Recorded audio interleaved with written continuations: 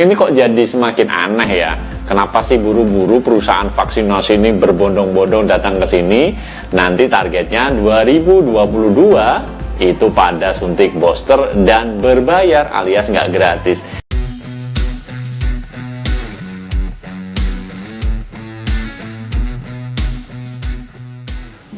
Assalamualaikum warahmatullahi wabarakatuh. Halo sahabat MOC, jumpa dan ketemu lagi dengan Mas Oji Channel, teman berbagi motivasi dan inspirasi. Sebuah informasi yang kita sajikan hari ini tentang vaksinasi booster, yaitu dosis ketiga. Jadi yang sudah disuntik 1 kali, 2 kali vaksinnya, nanti ditambah vaksinasi booster. Nah, pemerintah itu sudah merencanakan dosis ketiga, ancang-ancang vaksinasi booster, tapi kabar buruknya berbayar alias nggak gratis. Nah, kenapa bisa begitu? Kenapa buru-buru? Padahal yang pertama aja pada belum ya. Nah, bagaimana kisah selanjutnya? Bagaimana informasi selengkapnya? Yuk kita simak dalam informasi berikut ini. Sahabat MOC, wacana pemberian vaksin dosis vaksin ketiga atau booster untuk masyarakat menimbulkan polemik baru di tengah masyarakat. Pasalnya, di Indonesia suntikan vaksin COVID-19 belum mencapai herd immunity. Bahkan belum mencapai 20% target masyarakat yang divaksinasi dosis lengkap. Namun pemerintah sudah mengambil ancang-ancang untuk mengambil program booster berbayar. Menteri Kesehatan Budi Gunadi Sadikin sebelumnya mengatakan vaksinasi dosis ketiga untuk masyarakat dapat dilakukan apabila program vaksinasi yang sedang berjalan dapat diselesaikan pada Januari 2022. Pemerintah hanya menanggung biaya vaksin dosis ketiga bagi masyarakat yang tidak mampu dalam program Badan Penyelenggara Jaminan Sosial atau BPJS Kesehatan. Pemerintah akan melakukan suntik ketiga. Kalau kita semakin cepat, kita harapkan mungkin di Januari sudah bisa selesai semua.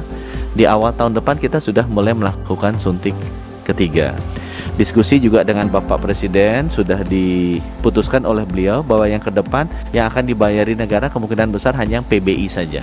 Sedangkan yang lainnya kalau toh biaya juga tidak terlalu mahal akan dimasukkan ke skema yang umum ya, bisa beli langsung dari diri sendiri atau juga bisa melalui mekanisme BPJS ya. Sementara itu, Ombudsman RI meminta pemerintah untuk tidak memperjualbelikan vaksin COVID-19 sebelum kekebalan kelompok herd immunity di masyarakat tercapai.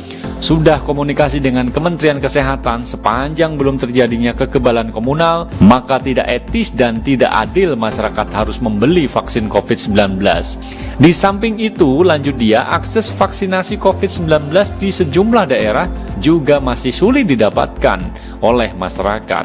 Dengan demikian, menjadi tidak adil kalau masyarakat harus membeli vaksin COVID-19. Maka itu, Indra juga meminta kepada pemerintah untuk mengawasi sejumlah klinik atau tempat vaksinasi yang menjual vaksin COVID-19, terutama vaksin ketiga atau booster di masyarakat.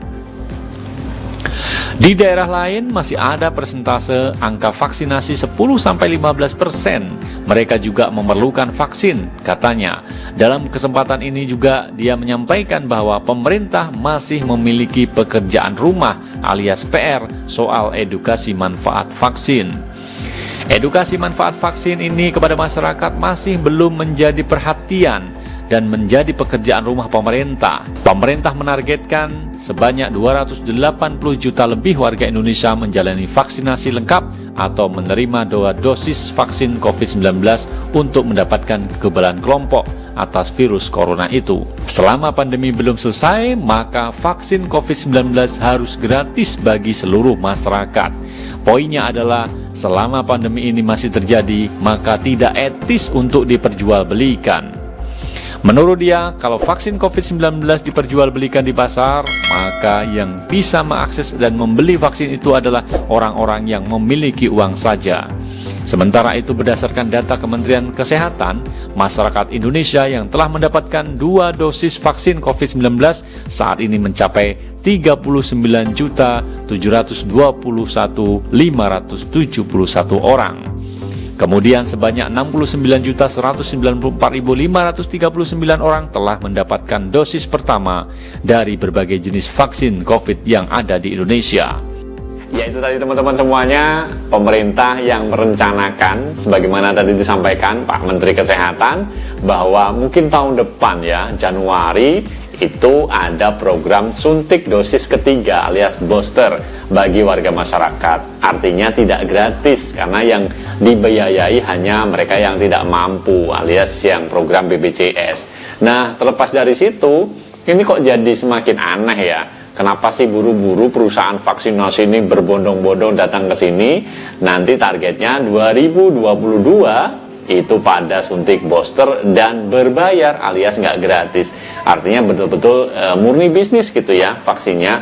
Nah, gimana menurut teman-teman? Tuliskan dong di kolom komentar apa menurut teman-teman semuanya.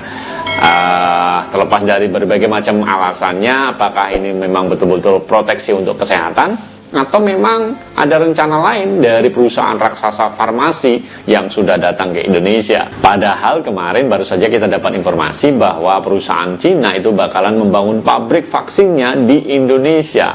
Udah disiapkan tuh tahun depan ya. Nah, bagaimana selanjutnya kita tunggu saja. Mudah-mudahan Indonesia dalam kondisi yang tetap aman, teman-teman tetap dalam kondisi yang sehat. Nah, mungkin itu aja teman-teman semuanya informasi yang bisa kita sampaikan. Terima kasih atas segala kebersamaannya. Tetap semangat, tetap jaga kesehatan, dan pastikan teman-teman selalu mentaati protokol kesehatan karena pandemi ini belum berakhir. Kita akhiri, sampai jumpa di lain kesempatan. Terima kasih. Assalamualaikum warahmatullahi wabarakatuh.